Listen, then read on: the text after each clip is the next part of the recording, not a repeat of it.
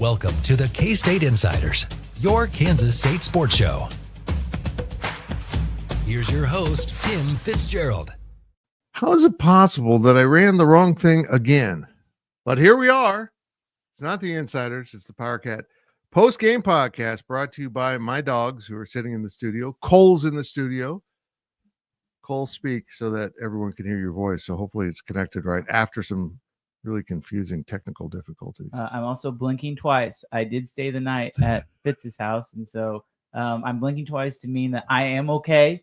It was a long night. There was a long night of work, but anytime that there's a long night of work after a win, it's always a little easier. Hey, someone drop in the comments that you can hear Cole fine.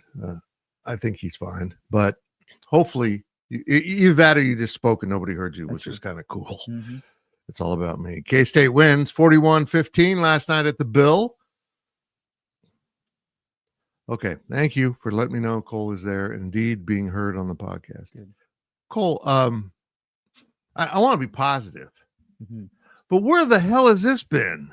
Yeah, that's the question. I feel like everybody has that question, and I don't know. Sometimes it takes a punch in the gut, for a real time to take a reflection.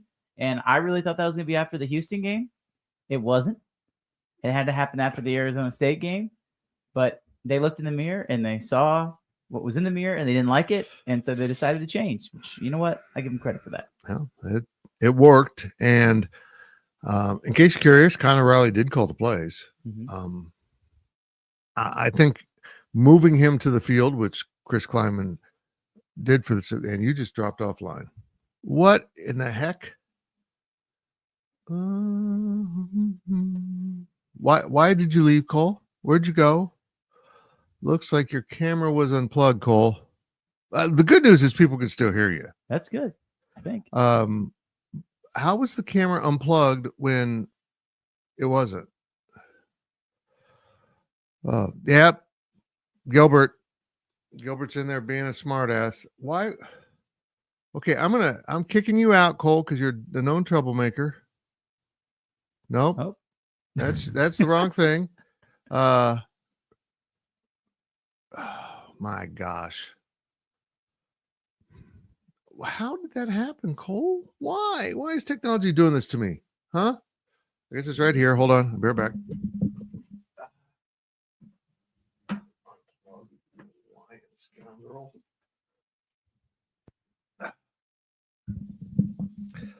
Oh, Cole, you didn't need to be on here.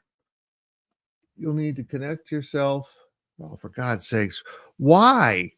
Why, Cole?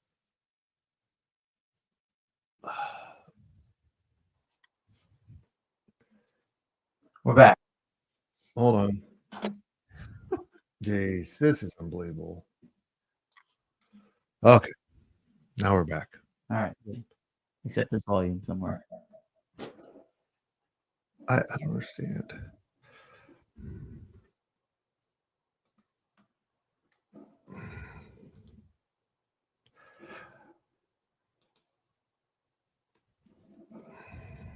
I don't understand.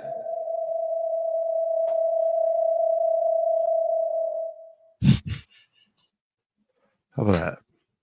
Why did it connect differently in the middle of the show than it was at the start of the show? I don't think it wants us to succeed tonight or to this morning or today or whatever it is. This is a perfect metaphor for football the last two games before last night. It is. Nothing was easy. Nothing went as planned, but this one did. So let's go back to what I was saying. To clarify, Connor Riley called the plays. Absolutely. He called the plays. They moved him to the field. Now, the twist here was I thought they'd move Matt Wells up to the box, but no, they wanted him on the field with Avery. So Brien LePack, who was previously in the box with Colin Klein, moved back to the box. And Coach Klieman said last night that Clint Brown, their director of roster management, who is a former analyst for this program, moved up there too to just offer another set of eyes. It worked. And I think we also saw getting him, Connor Riley, better connected to his offensive line, which has been my argument for a few weeks now, that you got to get him with his dudes. The line's not playing well and their coach moved to the box. Maybe they're not connected, but I sure think they were, and I think last night proved they were. But the play calling was, with the exception of the start of the second half, really good. It really was. And I talked to Hadley Panzer about this after the game, and I asked him, like, straight up, I mean, what was it like having your old offensive line coach back out on the field? And he was like, honestly, it lit a fire under us. Yep. And I think that he had described the last few weeks about how they just weren't playing with as much energy. They weren't playing with as much urgency as they had in the past. And they got Connor Riley back on the sideline. I said, how many butt chewings did he hand out? And he kind of chuckled and he said, well, what's your over under? I said, how about 4? And he said, about way over than that. And I think that just goes to show that, some coaches are meant to be in the box and some coaches are meant to be on the field. Yep. And you can successfully call plays on the field if you have an eye in the sky who can help you out with that. And I think that's honestly going to be the secret sauce for this team going forward. And it's as much about getting Connor Riley with his offensive line as it is getting Brien the Pack, Matt Wells with those guys. It's really about Connor Riley and the offensive line, because if the offensive line goes, so can this offense. And it did go.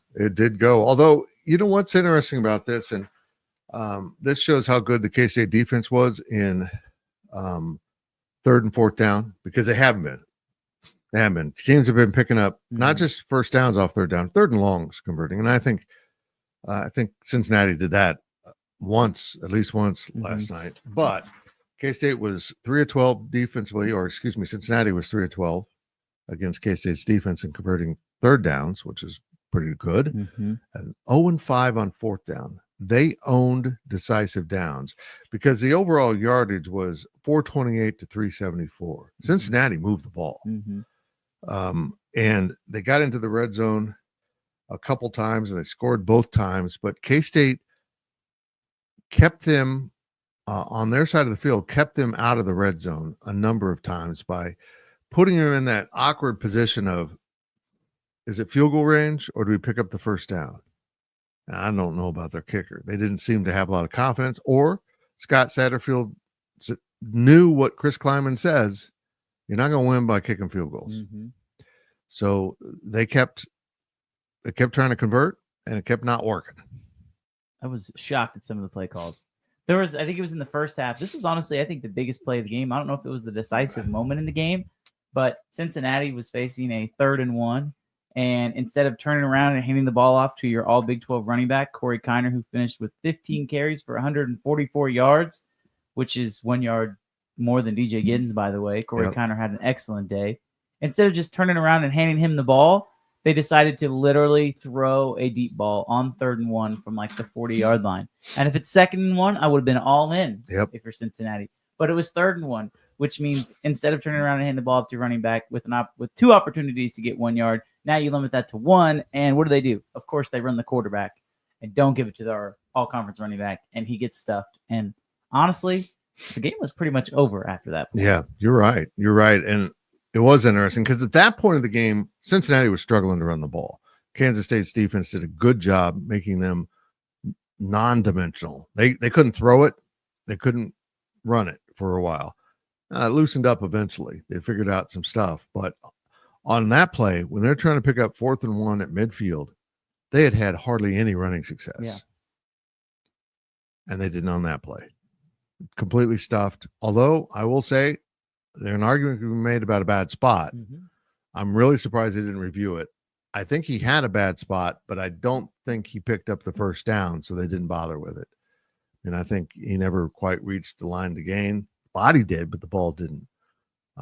Little things like that. That's what I love about the game of football. That goes the other way.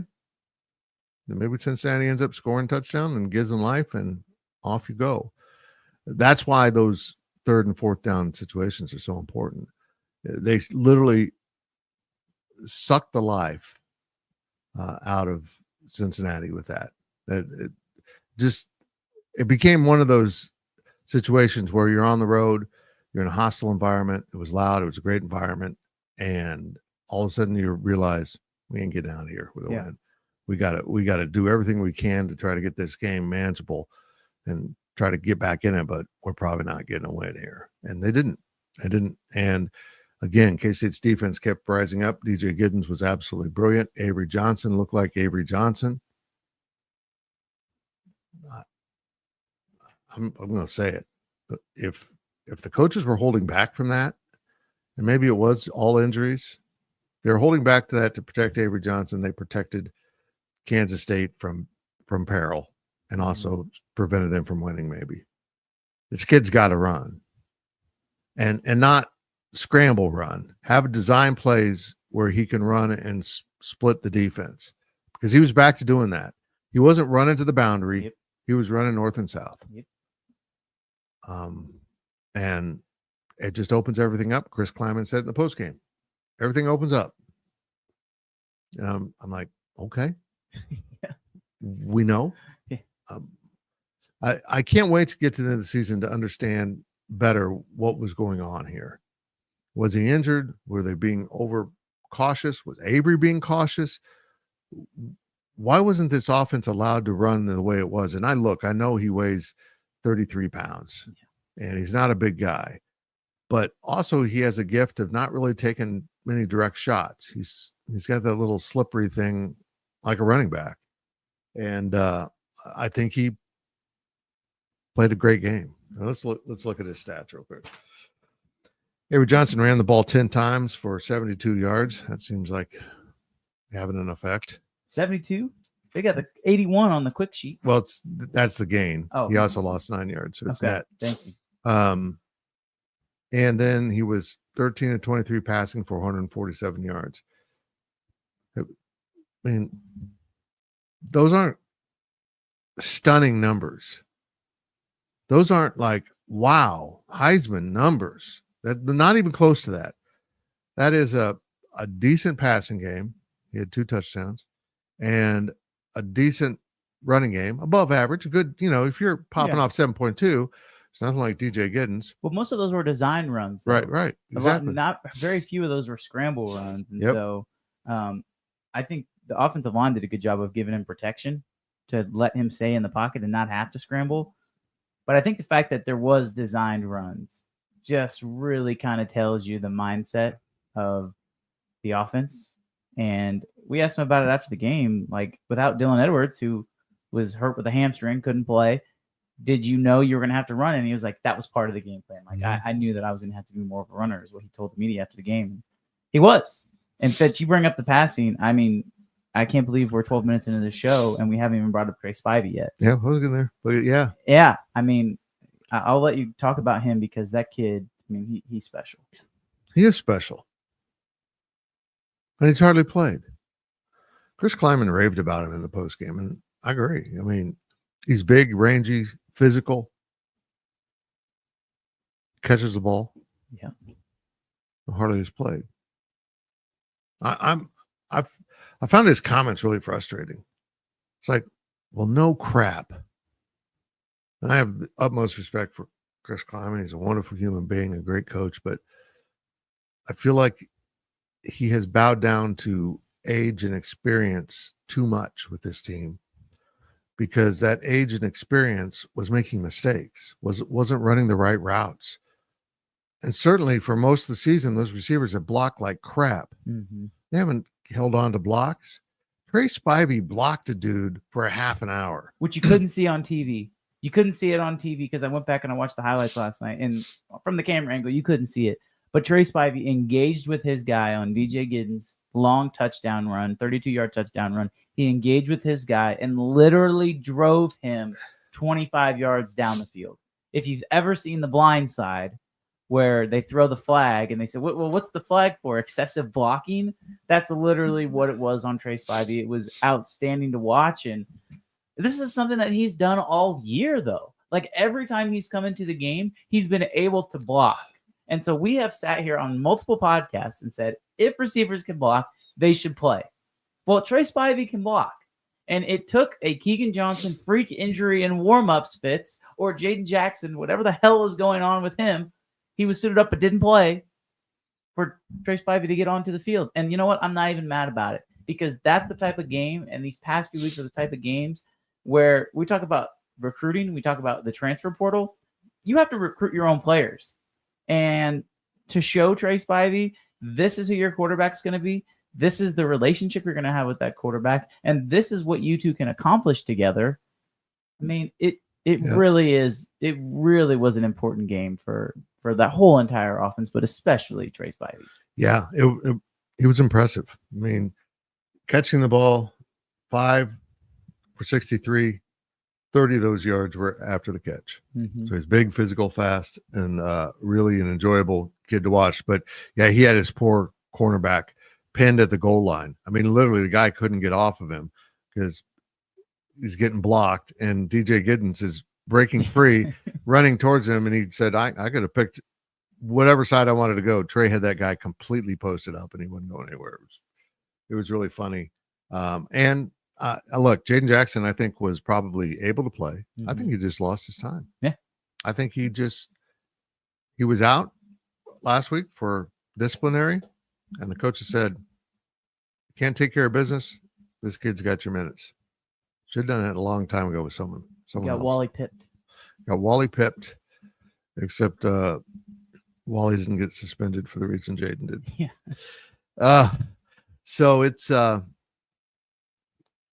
frustrating because this is what this team could have been, should have been, and yet they didn't tank.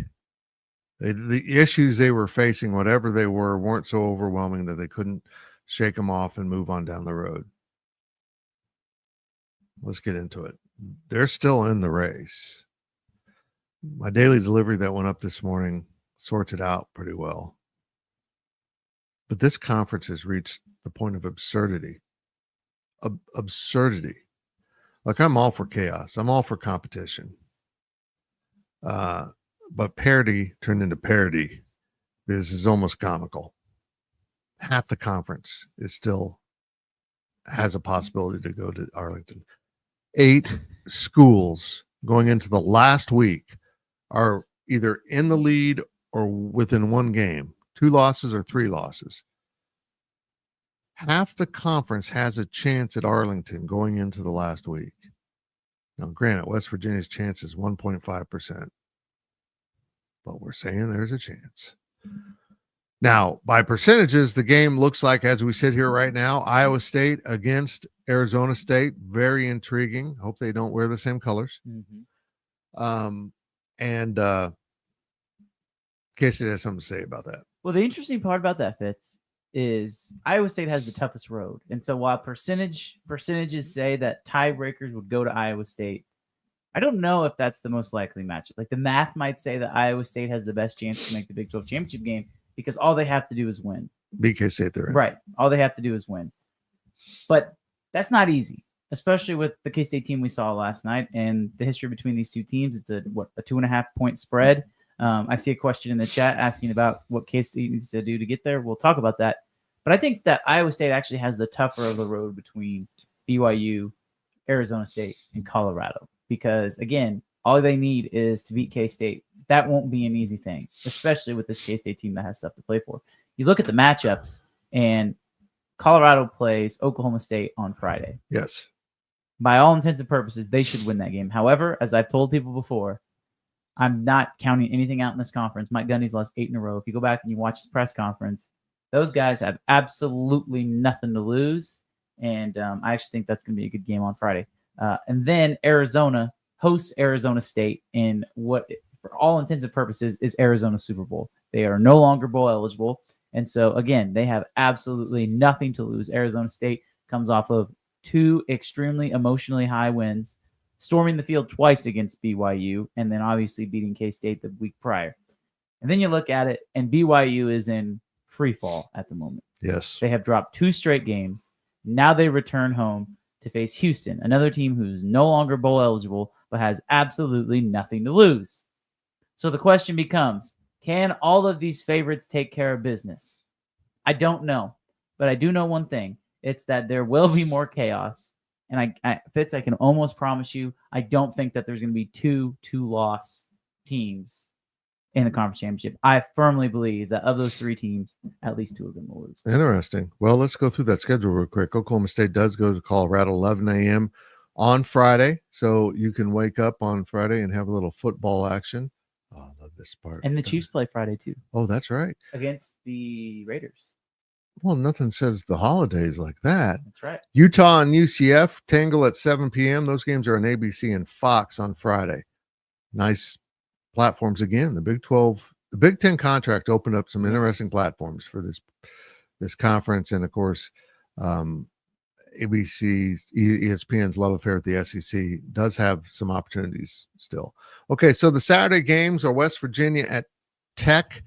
So that's an elimination game. Someone's going to survive that. That's on FS1 next Saturday. KU goes to Baylor, trying to get bowl eligible. What KU has done is nothing short of miraculous. And I'm just blown away by this stat. In a season in which they were incredibly frustrated and found some of the most unique ways to lose, they now, by beating 3 ranked teams in a row as a team with a losing record. Now, think about how hard that is to win 3 straight games and still have a losing record. Yeah. First time in college football history this has ever happened. Takes kind of some unique circumstances and a unique team. Literally, that's the definition of unique. And they are it. They fit that. But Baylor has a lot to play for too. Baylor does too. Baylor's still very much alive in this conference race. Arizona State at Arizona, 2:30 p.m. on Fox. Just some more great platforms here for the conference. That game is going to be very entertaining. I love rivalry games. TCU at Cincinnati, 5 p.m. game on Plus. Sounds about right. Yeah. Kansas TCU still alive, by the way. Yes, they are. Kansas State is at Iowa State at 6:30 p.m. on Fox, the Big Mama. So 2 Fox slots for Big 12. Houston goes to BYU. That game's on ESPN. It's a late night, so we could be up late trying to figure this out. So if you click over to the standings here, and everyone just wants to know, Fitz, how's this work out for the Big 12? If we bring that up, I mean, there's no doubt here that there's 4 teams with 6-2 records: Arizona State, BYU, Iowa State, Colorado. There's no doubt here that 3 of those teams need losses. K-State can only control one of those teams, and that's Iowa State. So now you're asking Colorado, Iowa State, and BYU, 2 of them to lose. And keeps toggling to the wrong things here. Why does it keep doing this, Cole? Why am I being? Can I help you? Why am I being challenged here? Go ahead and finish the sentence. I believe then in that circumstance, if 2 of the 3 teams were to lose, then Kansas would have to beat Baylor. Now, I am not for sure on that, and we probably will get some clarification, because based off of models we've seen, if everybody is tied with 3 losses, so however many teams aren't eliminated, and everybody's tied with 3 losses, then K-State would have the number 1 seed. However, if there is a team with 2 losses and they are tied for 2nd place, then Baylor would jump over K-State to be that 3-loss team eligible for the conference championship, which doesn't make sense to me. But I think you're right, because Baylor's the one school that apparently has the ultimate tiebreaker on K-State, which is strength of opponents. Which is wild. I know. I don't understand how that's possible. Maybe it won't be after they play Iowa State. We'll see. So what you're saying is, although Baylor's not a 2-loss team, Kansas beating them would help. Mm-hmm. Okay, you're doing God's work. Now, I don't know what to tell you other than the fact that you're not just fighting for bowl eligibility. You're helping your most bitter rival. Not Missouri. That's K-State now. So you need Houston to win at BYU. No. But all of this depends on what happens Friday, Fitz, because you don't need that to happen if Oklahoma State beats Colorado. Well, yeah, yes, but Oklahoma State, I don't see how they're going to Colorado to win. They score a lot of points. Maybe Colorado's rocked. They're everyone's Super Bowl according to Colorado fans. They are. Yeah, because you're annoying. Yeah. The fans don't realize how annoying they are. They're so they're not college football fans. They're just fans of Dion. A lot of them. I don't see the upsets here. I don't see Arizona beating Arizona State. But if you're Kansas State, you still have this, Cole. You're at 8-3. It's disappointing by any measurement because you could have been 10-1 right now. Now, I'm going to set aside the fact that maybe Arizona State was just sneaky good. Maybe. I thought K-State played like trash and Arizona State only scored 24 points. So I still think K-State wins that game if they are at any level engaged. They just looked bored out of their minds and didn't want to be there. But you go to Ames with the opportunity to get win number 9, and you go to whatever bowl it is. We think it might be the Texas Bowl. Looking for number 10 against one of those great SEC teams, one of those incredible, unbeatable, amazing, incredible SEC teams. Texas A&M, Missouri. God, I hope it's not. I'd love it if it was in Missouri. Drinkowitz is just, what is wrong with this If you haven't seen it already, type in Eli Drinkowitz on Twitter and you will see exactly what we're referencing. If you didn't watch Missouri and Mississippi State, first of all, you're not alone. But second of all, there was an incident involving Eli Drinkowitz, who apparently now is very fond of Chris Klieman. We learned this last year after he came up to Chris Klieman after the game and seeked him out to talk to him about how much he respected his program. His first words were, "Will you be my friend?" Eli's not well liked in the profession, but he apparently can coach and recruit because Missouri's okay. They should be better, but they're okay. But so just take care of business. That you K-State. We were also worried about what happened to everyone else, and K-State didn't take care of K-State. They should be in the driver's seat with the winner of this game next Saturday going to the Big 12 title. But they're not. That's going to hang over this cloud. Even if they get that 10-3 record, another 10-win season, still it's going to be all of us. What the hell? They missed out. They should have been here because they lost 2 games that they just looked disinterested in. I still can't wrap my mind around how that happens, Cole. If it's anybody other than Arizona State and BYU in the Big 12 championship game, I think it'll be very frustrating. But here's my take on this whole thing. If it is Arizona State and BYU in the Big 12 championship, you played both of those teams and you lost to both of those teams fair and square. So I agree that if K-State shows up, you look at it and you say, they should have been in the Big 12 championship game if they beat Arizona State. And I agree. But guess what? Even if you would have beaten Houston, which I think is the loss people keep going back and looking at, if it's a 2-loss Arizona State and a 2-loss BYU, both of those teams are ahead of you because they beat you straight up. Now, we can have other conversations about the strength of schedule and how the schedules were literally K-State playing all the top teams in the conference and those teams not. But again, I think that this team, did they have their opportunities? 100%. Is it over? Absolutely not. But you do have an opportunity to go and, I don't want to say that Iowa State's a bigger rival than K-State or a bigger rival than KU. But as far as football goes, I mean, it pretty much is, at least the last 10 years. And so I think that this team will be highly motivated heading up to Ames because, again, it's going to be really hard not to build off of that performance last night. Again, I look at some of the stuff that happened in that game, Fitz, and the things that they struggled with this past month, they did not struggle with on Saturday. And there was a lot of people that were, I don't want to say picking Cincinnati to win.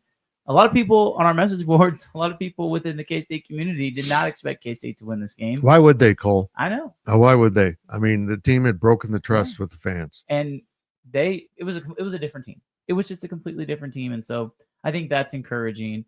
And all of the positive signs, you can look at it and say it should have happened. But the bottom line is it didn't. And K-State, they always talk about living in the moment. K-State was very much living in the moment last night. Yep. They were really good. They were competent from the very start of this game. They moved the ball.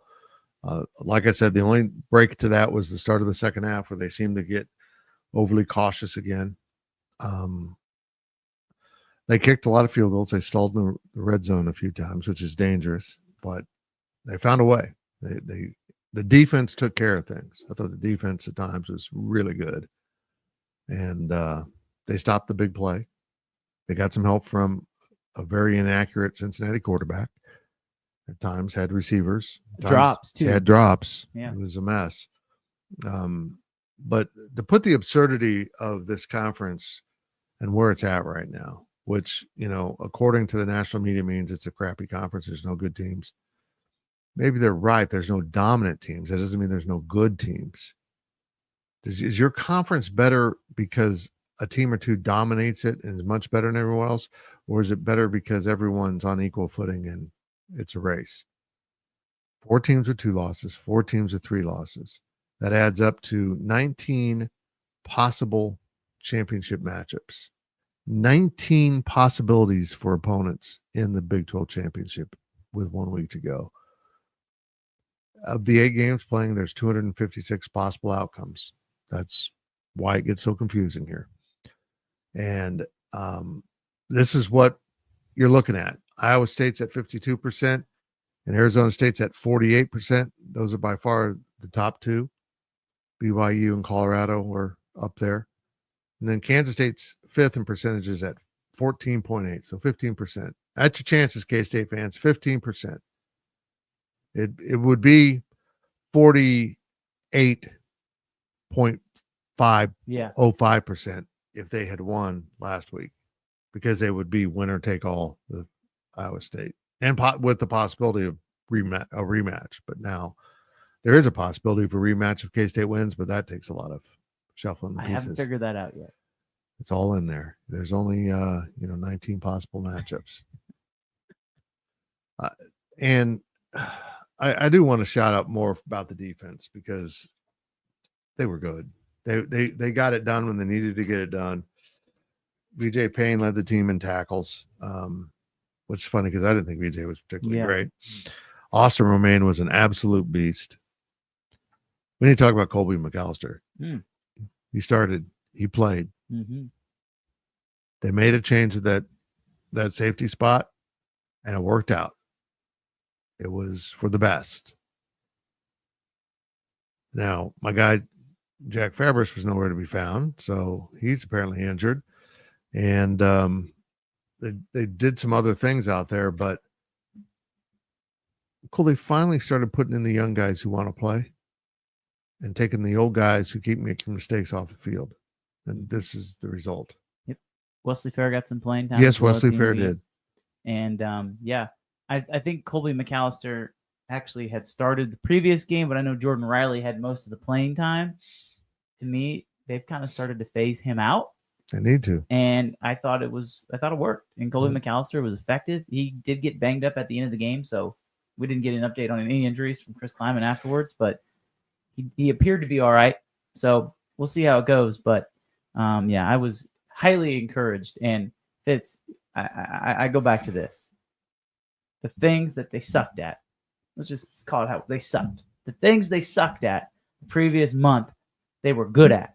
And is some of that attributed to Cincinnati? Sure.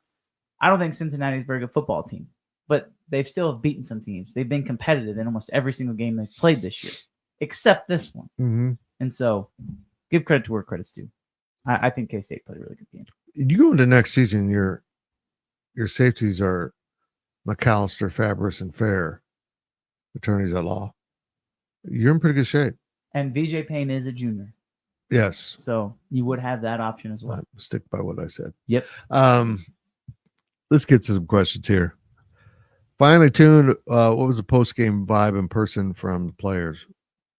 Cole, you were more involved in that, but really good. Yeah, no doubt. And we talked to a lot of seniors, and I found it interesting because Austin Moore and Brendan Mott both said the one of the main reasons they decided to come back was not to go win a Big 12 championship game, but to finish their home slate correctly because of the game where they lost to Iowa State in the snow game. So I think Finally Tuned brings it up. The snow game has a lot of motivation, and I think that was a major reason why some of those other guys decided to come back. I thought the vibes were really good. We got some interesting comments out here. Yes, the vibes were tremendous. I mean, the team was relieved. You could tell they were like, thank God we got back to what we can do. But again, I noted it at Tulane. This team comes out of the locker room kind of like, okay, got to go to work now, instead of being fired up. This is an important question. Either someone has hijacked this account or this is Big B. Big B, I don't know when Big B's coming back. I hope Big B's back soon. He looks like a chipmunk. Last time I saw him, he was going to get his, I think, brain drained. I don't know. They were talking about a brain infection. I don't know what it was. He's got a dental issue going on, had a wisdom tooth removed, and it got horribly infected. But I want you to understand this and mean this with everything in my heart. They might have removed a wisdom tooth, but nothing will ever remove his wisdom. Big B will be back. Oh, look who's here. Let's bring him in here. Add to stage. Hey, Cole, you're going to have to hear him through my computer. Did you have your little surgery yesterday? No, they had to drain my face. Look, I basically had sepsis in my face. So I got a drain inside. I got a drain outside. I feel 100% better than what I felt. I get this drain on the outside. I get that out tomorrow, but I feel 100% better than what I felt. I started feeling bad, and that's what had me worried, is that I didn't feel good. Now I feel good. So I'm back. I'll have this bandage off tomorrow. I'm back. I'm ready. I don't sound 100%. I still got a little swelling, but it's not bad. It's not bad. You sound fine. You sound fine. I'm looking forward to it. I don't mean to. That was a fun week, actually, doing all the shows. That was fun. But doing it another week, I might lose my mind. Luckily, I think the game of the week this week, the spotlight game, would be Kansas State, Iowa State, Big B. You look at the schedule, there's a lot of meaningful games, but not a lot of great matchups. Nope. I mean, you got this team's got to win, and they play Oklahoma State. This team's got to win, they play that. Iowa State, Kansas State's two of the contenders meeting head to head. I believe the only one they're doing that is what, Baylor Tech? Are they playing? Kansas and Baylor would be. Okay, no, it's Tech and Texas and West Virginia. Texas Tech, West Virginia. Yeah, those are two contenders too. But yeah, so that'll be easy. Cole will be around to do it. Don't talk to the Gilbert guy anymore. I mean, let's be honest, Big B. He big timed us and said, "Hey, you do all the work at the football game. I'm going to go to the beach." Unbelievable. Cover basketball. Which, speaking of which, K-State plays at 7:00 tonight. Yeah. Basketball. Yeah. So don't forget that. It's on the plus. It's on the plus. Big B, I have a question for you, because we were talking about the offensive line earlier. And I have to get your opinion on this, because as an offensive lineman, I'm so curious what the mindset was for those guys when they found out that their position coach was going to be coming back down onto the field for the first time all year. It's game number 11, and Connor Riley is back onto the field. I feel like that had to give them a jolt of energy, because even if they weren't playing as well, they knew that they had their security blanket for, all intents and purposes. Connor Riley was on the field. It looked like they played like they had much more energy, and I don't know if they were more assignment sound, but it looked like they were playing with more energy. I think it makes a big deal. It really does. Having your coach on the sideline, and that's any position, by the way, whether it's offensive line, secondary, just having that guy in your face. Now, granted, you always have lines of communication, but Cole, you're right, man. They play different with him down on the sideline, and I think that's just got to be the way that we move forward. Look, even if he's calling plays, how many offensive coordinators have we seen over the years just throughout college or pro football in general that call plays from the sideline? Mm-hmm. So it's not that it can't be done. It absolutely can be done. So you got to have communication. But my thing is it more important to have your offensive line play better, or is it more important for you to be able to oversee what's going on the entire field while you're calling plays? To me, if you got a competent guy up in the box, get your offensive line coach down on the field so he can help and see what's going on. And even if he's got to draw something up right in their face, he can draw something up right in their face and say, hey, we're blocking this. You're supposed to be blocking it like that. What are you seeing? All that kind of stuff. The communication is just so much better when you're in the face versus trying to do it through the phone or even on the iPads, all that stuff. It's just much better if you can talk it out. I love it. Fitz, I'm putting this comment up here because this is too good not to put up there. Somebody says, wait, I'm confused. Do we go talk smack on the CU football podcast now or what? There is no Colorado fans in this chat so far. Oh, that's right. They've disappeared for some reason. They've been in every podcast chat we've had since K-State won at Colorado. It's an interesting reaction to losing. You continue to talk smack. Look, I don't want to make a pub, but by the way, you should go watch Big 12 Insiders tomorrow. I'll be back up and running. But there will be every Colorado fan making excuses on why they literally got physically beat to hell by KU tomorrow. They will be out in full force making excuses, and there is literally no excuse. KU just said, you know what? Kansas State showed us the way. We're just going to line up and run it right down your throat, and you're not going to be able to do anything about it. And that's exactly what they did. That's exactly what they did. Yep. It was impressive. This is the KU team. Look, KU and K-State fans have to be equally confused for different reasons. K-State fans are like, what happened the last two games? Where were you? Because you could be in the national title hunt if you wanted to be. And now you're not. And KU fans are like, we might be the best team in the nation right now. And I don't blame them for thinking that, because they are pretty darn good. And if that's the case, if you're the best team in the nation at 5-6, something went horribly wrong.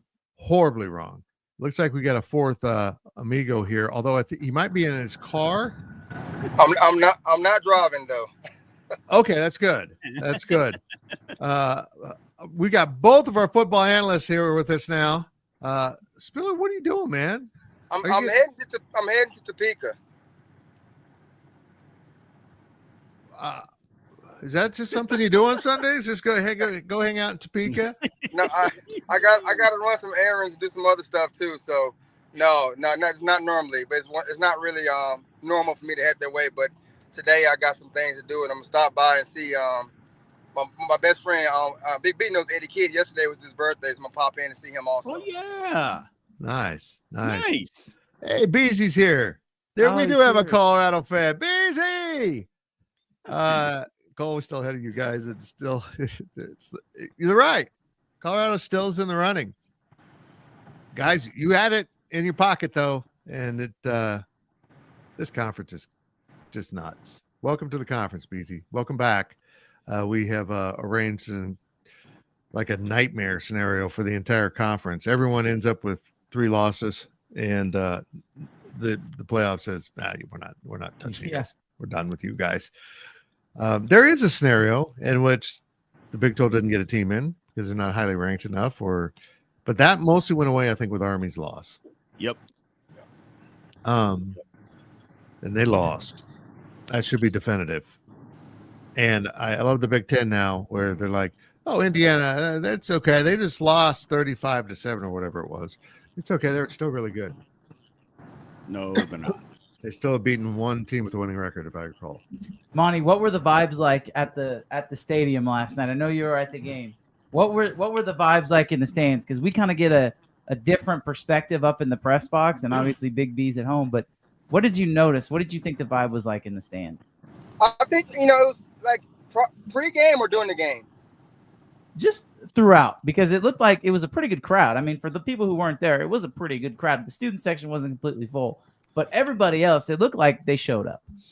Yeah, it was. I think we talked about it earlier in our show about how people were getting rid of their tickets, and some people were making excuses about how they couldn't make it. But I felt like overall, they came out, and it was still declared a sellout, sold out crowd. But I feel like also some people were anxious to see what happened.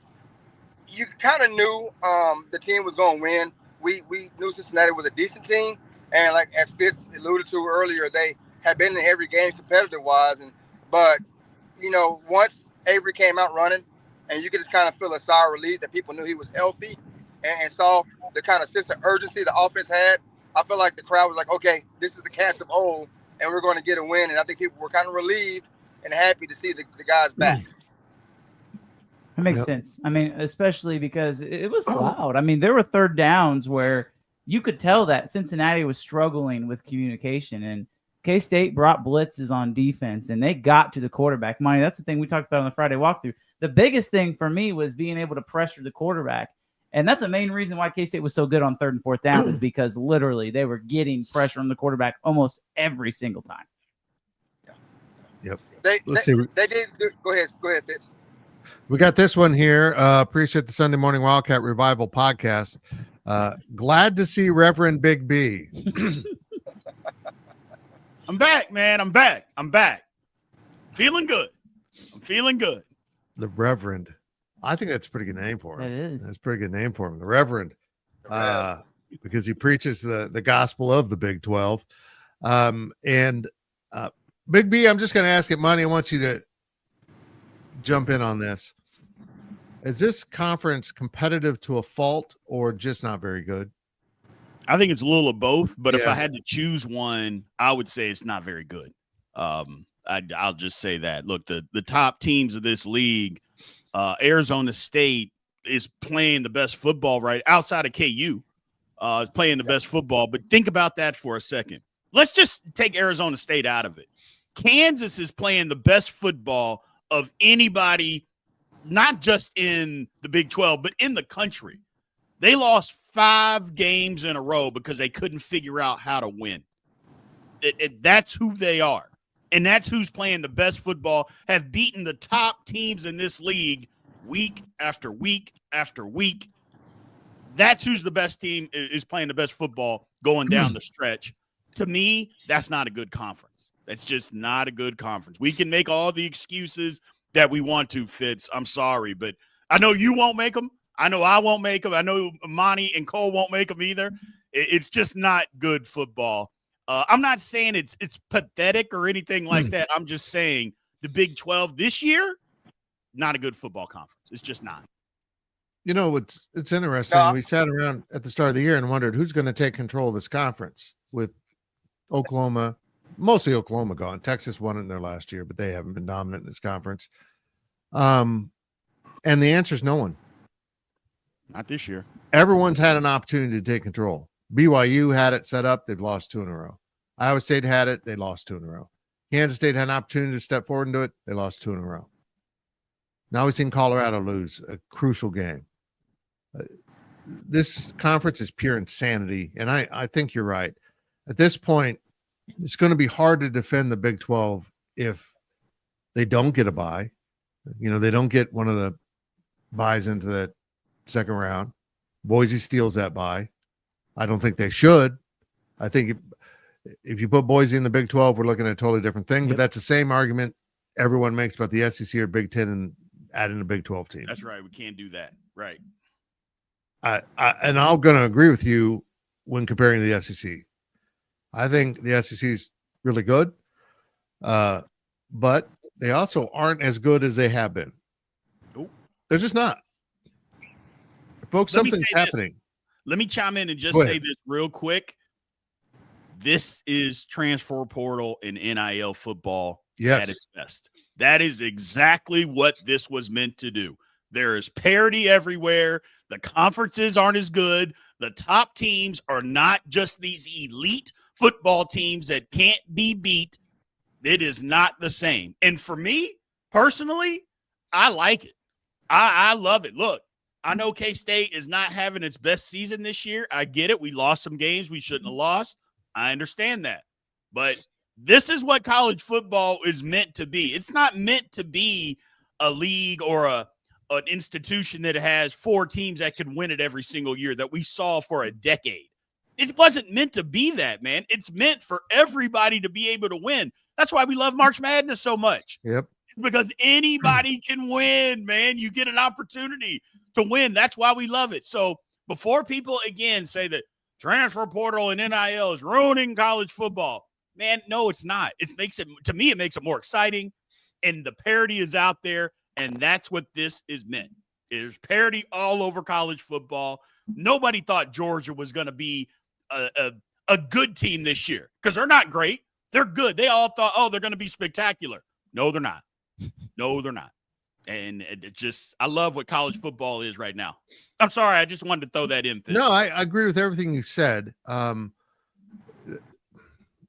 this conference is chaotic. So is the SEC right now. I think the Big Ten is not very good.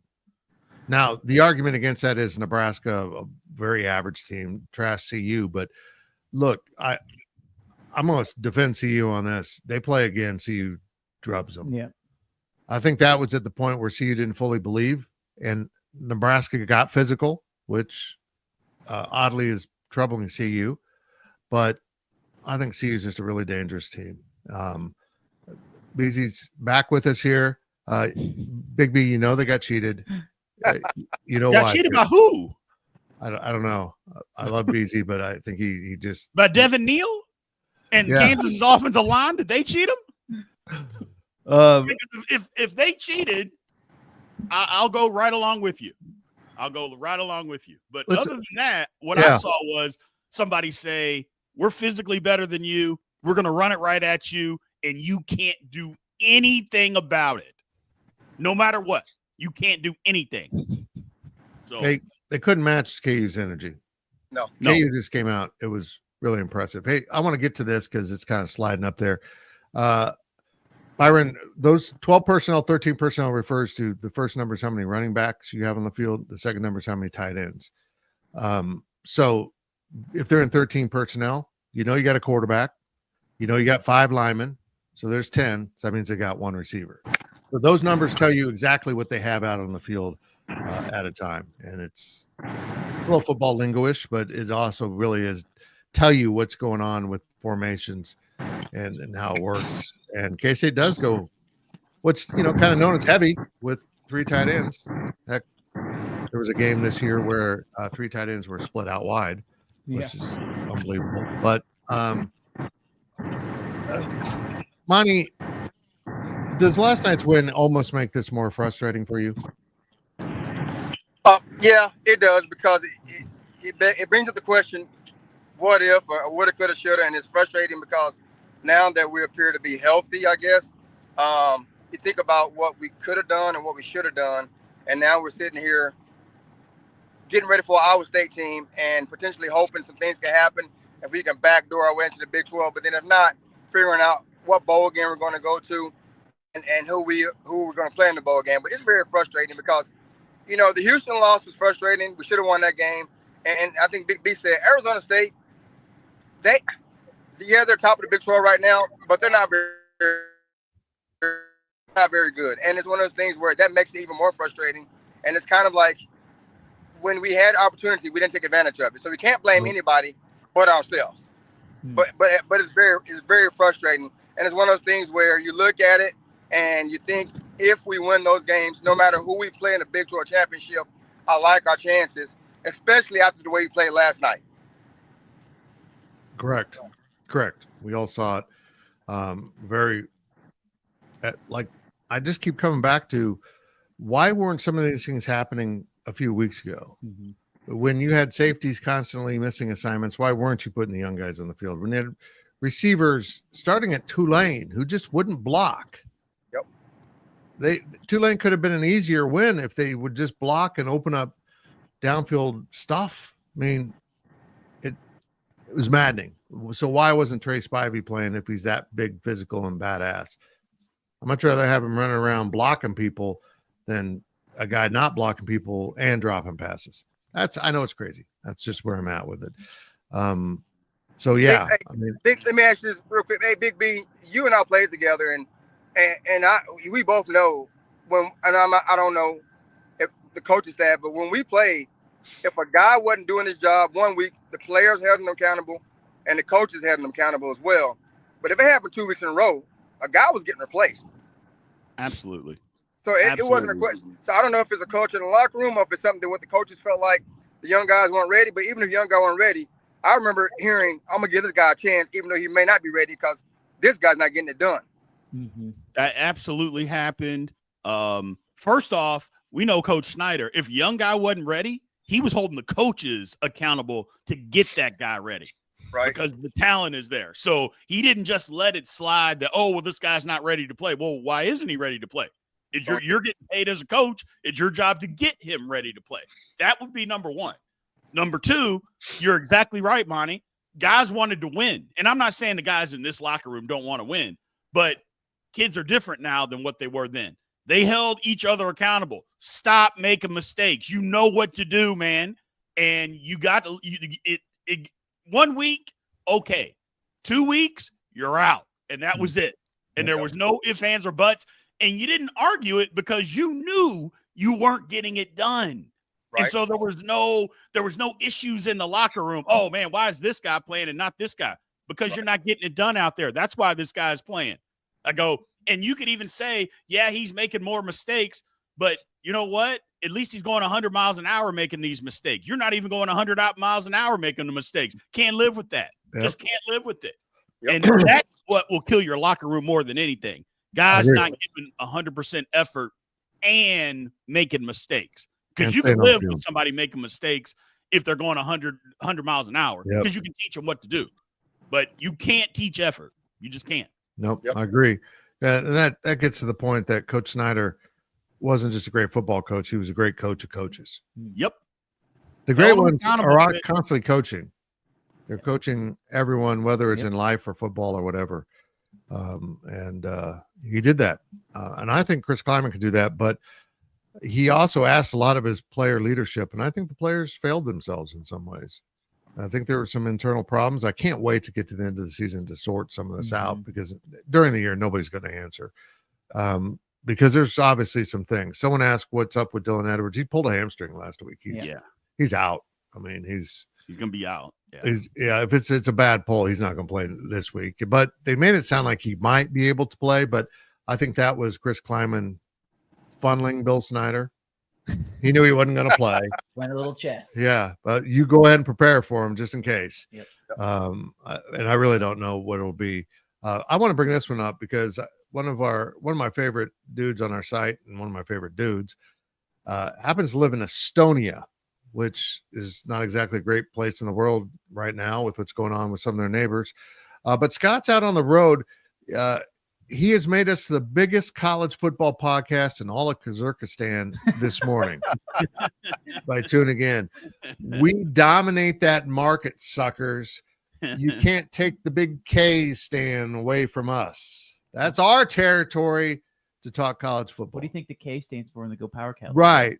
The Kazakhstan State Wildcats be the Wild Camels. I don't know. I don't know what Kazakhstan's mountainous. I don't know why I said camels. I'm sorry. Scott, thanks for listening wherever you're at. I wonder if you fled there for safety, which is kind of ironic. But just keep hanging out in those former Soviet republics. We know how you roll, buddy. Beezy's back. Beezy's making us rich today. Let's talk about. I know this is K-State Pockets, but I want to talk about this. First of all, I think Shedeur Sanders is an amazing quarterback.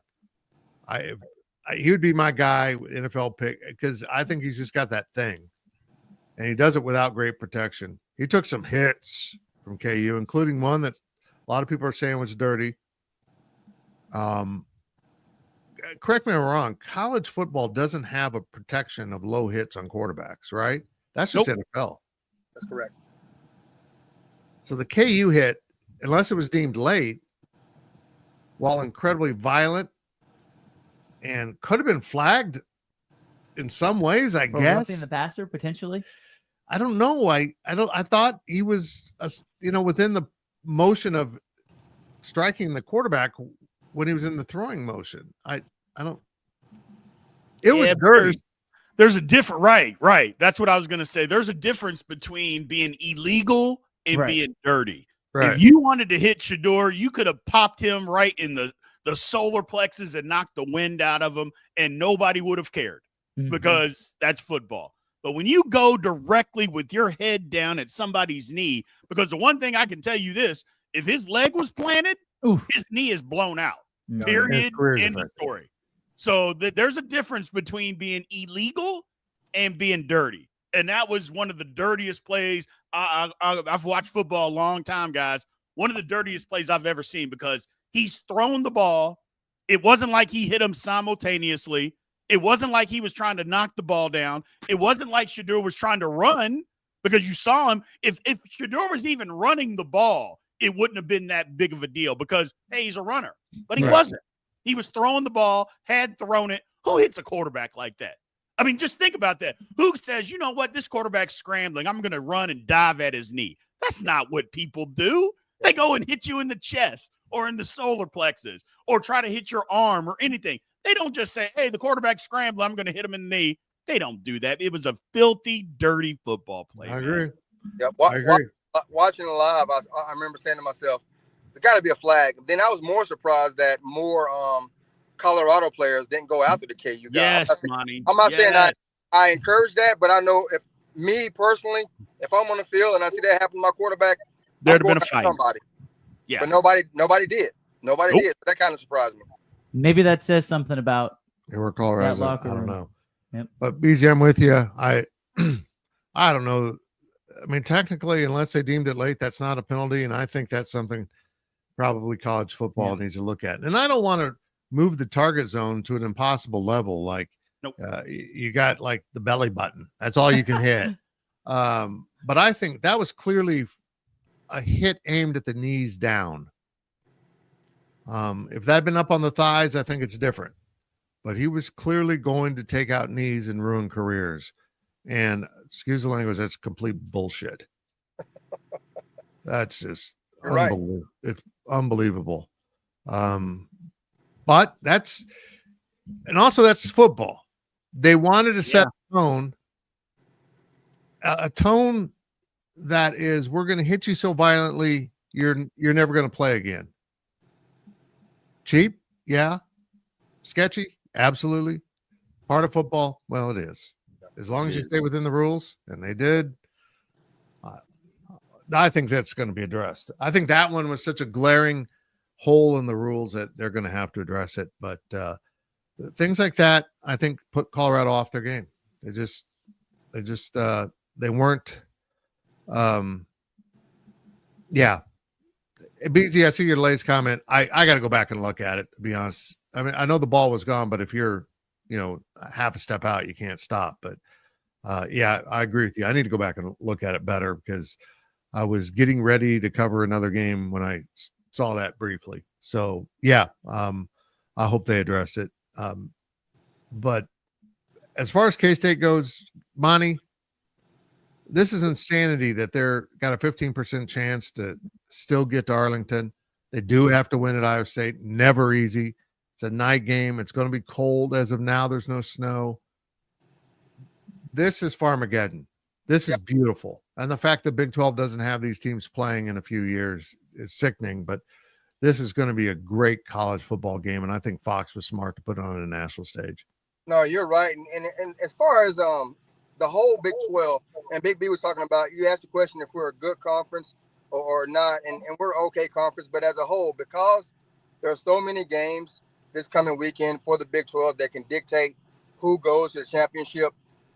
Nationwide, a lot of people are going to be watching games that matter, normally don't matter, and games that do matter this weekend, because if you look at the scenarios, depending on who your team is, you're pulling for three other teams on Saturday to win or to pull an upset. So that's going to make it more views are going to get be had because of that. Because I know for me, I'll be watching obviously our game, but I'll be watching the Colorado game. I'll be watching Kansas game. I'll be watching BYU game, just because it can affect potentially how we end up. But for Big 12, the K-State Iowa State game, it's the best game to watch. And if Armageddon, and like you said, it's unfortunate that they don't keep it consistent, but that's college football anymore. Yep, that's the truth. It's the truth.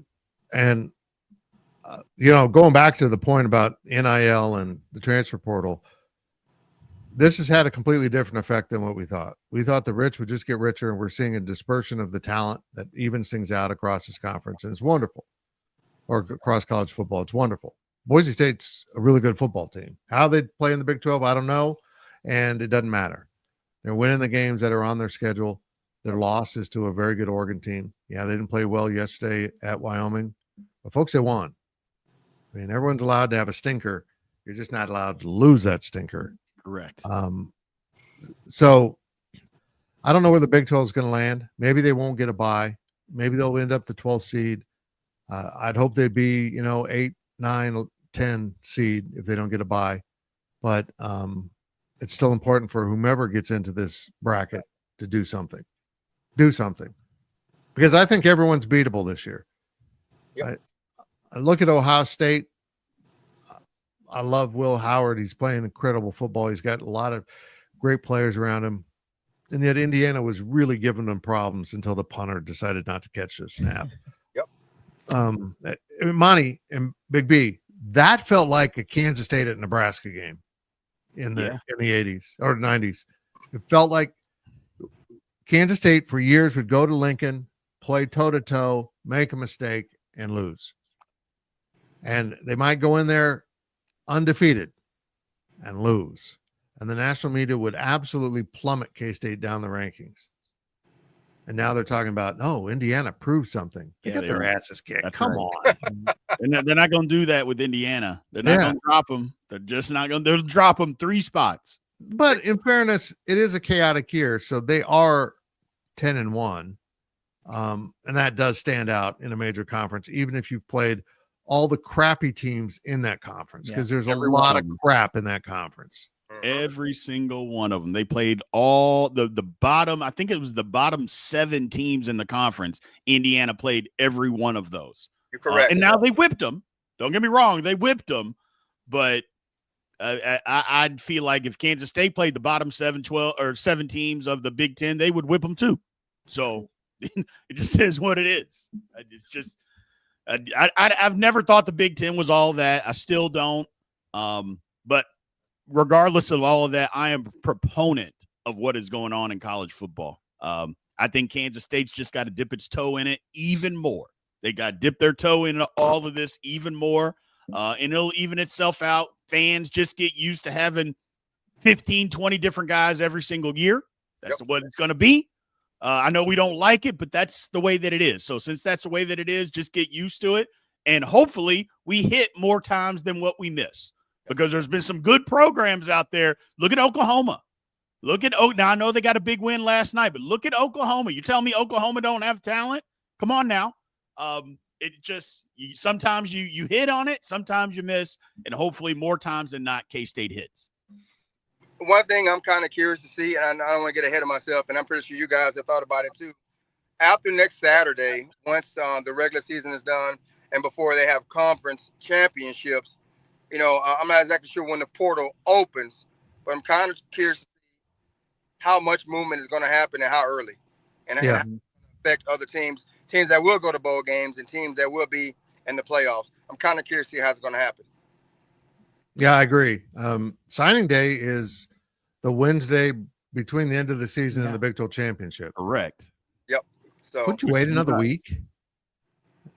The NCAA is just one of those mammoth organizations. Well, this is the way we've always done it. Let's keep doing it wrong, but we've done it this way. It doesn't make sense to me. The portal's going to be very interesting. I think Cole and I might want to do a little premium pod about something going on behind the scenes with recruiting right now. That's very interesting. Kansas State's going to have to get into the portal. Yep. And let me explain this. They never have been trying to hit home runs in the portal. Dylan Edwards, they felt like was a huge get. Excuse me. But they've always focused their NIL money on their roster. Mm-hmm. And I'm sure that includes next year making sure Trey Spivey doesn't leave, making sure the NIL works to his favor next year. Make sure that the young talent you have wants to stick around and not leave. That's what they focus the portal on. And that's really what's ravaged some other programs. They keep losing their young talent. But they've decided to focus on that. But I think they might look at a few players in the portal that are going to be a little more expensive in the NIL space. And I think they know they need to at this point. Yep. I 100% agree. I 100% agree. You just got to play the game with the way that the cards are being dealt. And this is the way the cards are being dealt right now. You don't have to like it, but who cares? That's what's happening. So get with it. And you're going to have to get some guys. You're going to have to go get some home run hitters. And again, that's what I was talking about, Fitz. You're going to miss sometimes when you swing for the fences. I mean, Cole, you're a baseball guy. When you try to hit a home run, man, you don't hit one every time. It is not that way. It is true. So you're going to miss sometimes. But the times that you don't and you actually connect, and K-State goes out and tries to get 8 guys, big-time guys, and they get 6 of them, then what's it going to look like then? So I'm just saying it's just the way that things are right now. I like it. I really do. I like it. I like all of this. I think These surprise podcasts, by the way, are my favorite. Never would I have imagined that at the start of this podcast, when we had technical issues, that we would get our 2 favorite guests. I know. One took a knife to the face. Yeah, someone's trying to keep him off the air, and he said, "No, I got to talk Big 12 sports." And and you fought through that knife. And the other one is going to rob Sam's Club. Hang out in Topeka. Can't go wrong with Sam's, baby. You told me I'm running errands at Topeka. I'm like, oh, you're going to Sam's Club. So, fellas, anything else? We've gone a little over an hour. You know me, in an hour is kind of my attention span. I'm like a child off medication. Big game next week. It's cliche to say, but God, I love Farmageddon, and Farmageddon really means something this year. I'm not sure that I'll be there. I think Cole has volunteered to take my place.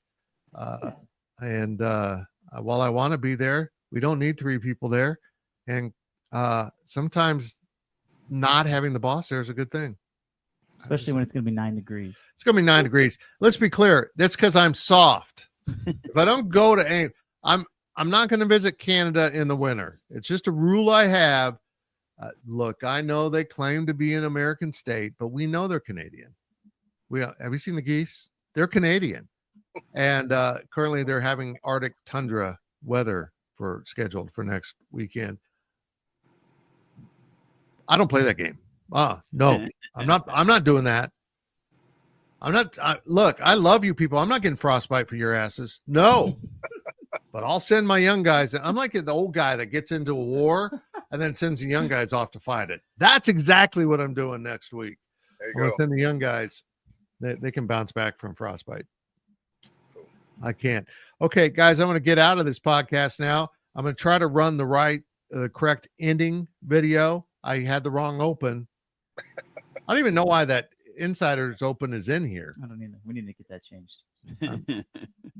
Look, it's always user error, and I'm the user.